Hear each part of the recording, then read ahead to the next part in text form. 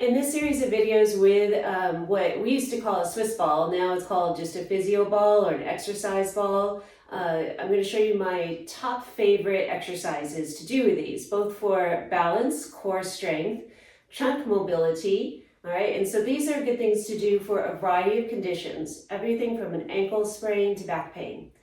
If you have any pain during these exercises, don't do them, all right? But these will give you some good guidelines of things to try if you have one of these exercise balls at home, which are really great because you can cover a lot of territory from everything from strengthening to stretching with one simple thing.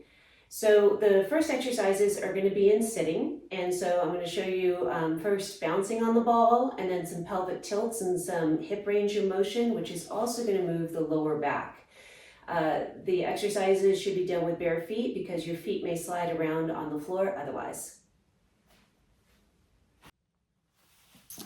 The first exercise is bouncing on the ball.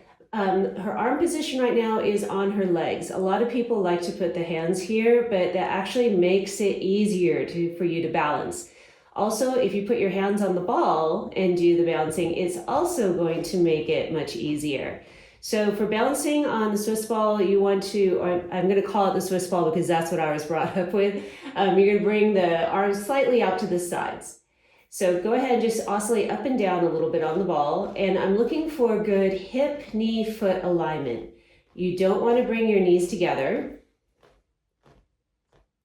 Bring them apart. Okay. And your feet should be pointed straight ahead. So you don't want your toes pointing in. That's another compensation if your balance is poor. So bring the feet there. And you want to keep your back nice and tall. And go ahead and show slouching. Okay, so that is just going to hurt the low back after doing that for a while. So I would just say to oscillate up and down like that for about a minute. And then once you get good at it, you could try with your eyes closed. When your eyes are closed, that works your proprioception and kinesthetic awareness more. Really great for dancers in dark stages and dark theaters. Okay, go ahead and stop. Open your eyes.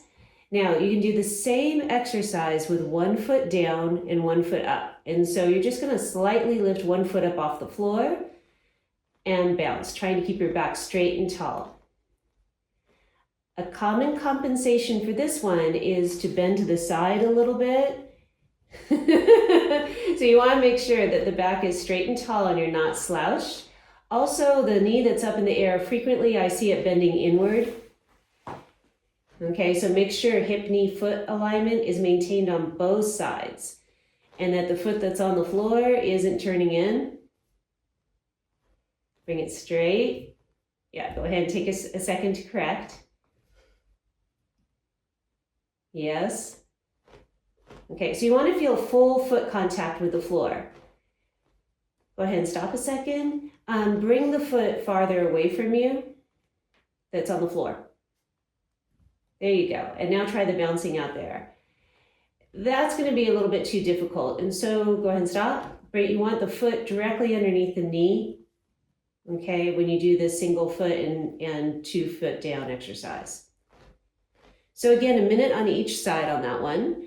And then with both feet down, you're going to do the bounces, keeping your back nice and tall.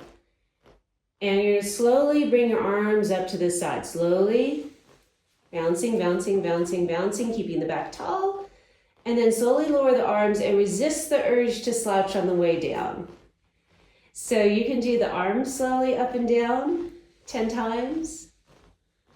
So I'm going to have her just do a couple, but about 10 of these. And then a couple more eyes closed. And so when you get good at it, you can do the 10 repetitions eyes closed. Again, this works proprioception and kinesthetic awareness more. All good things for dancers. One more time. Okay, stop a second, get your bearings. Same thing, 1 foot down, 1 foot up. So get the bouncing down first, and then slowly raising the arms up to the side.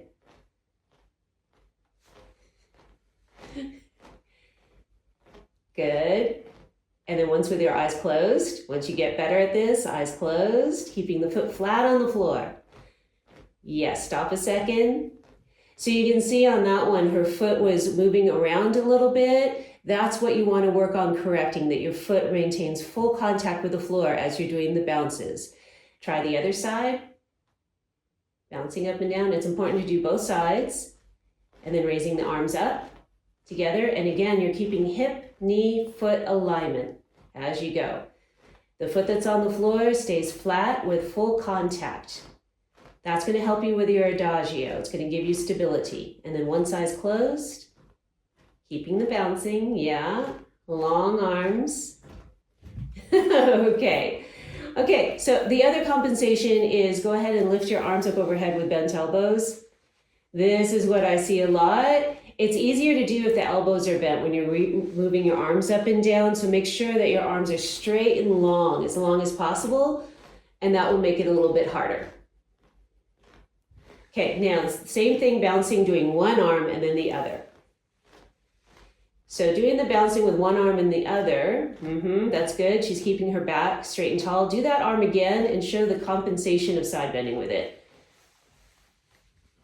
Okay, so that's what your body is going to want to do.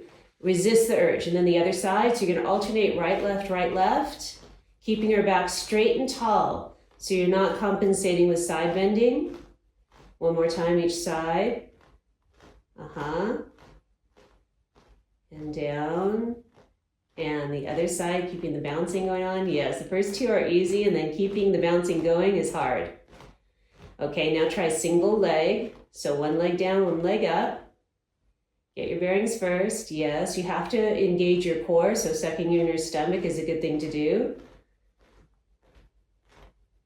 Yeah, and you want to make sure that the knee that lifts up is not turning in. One more time each side. Keep the bouncing going, keep the bouncing going. That's the hard part. Yes. Yes, okay. So you could do alternate right, left arm about 10 times.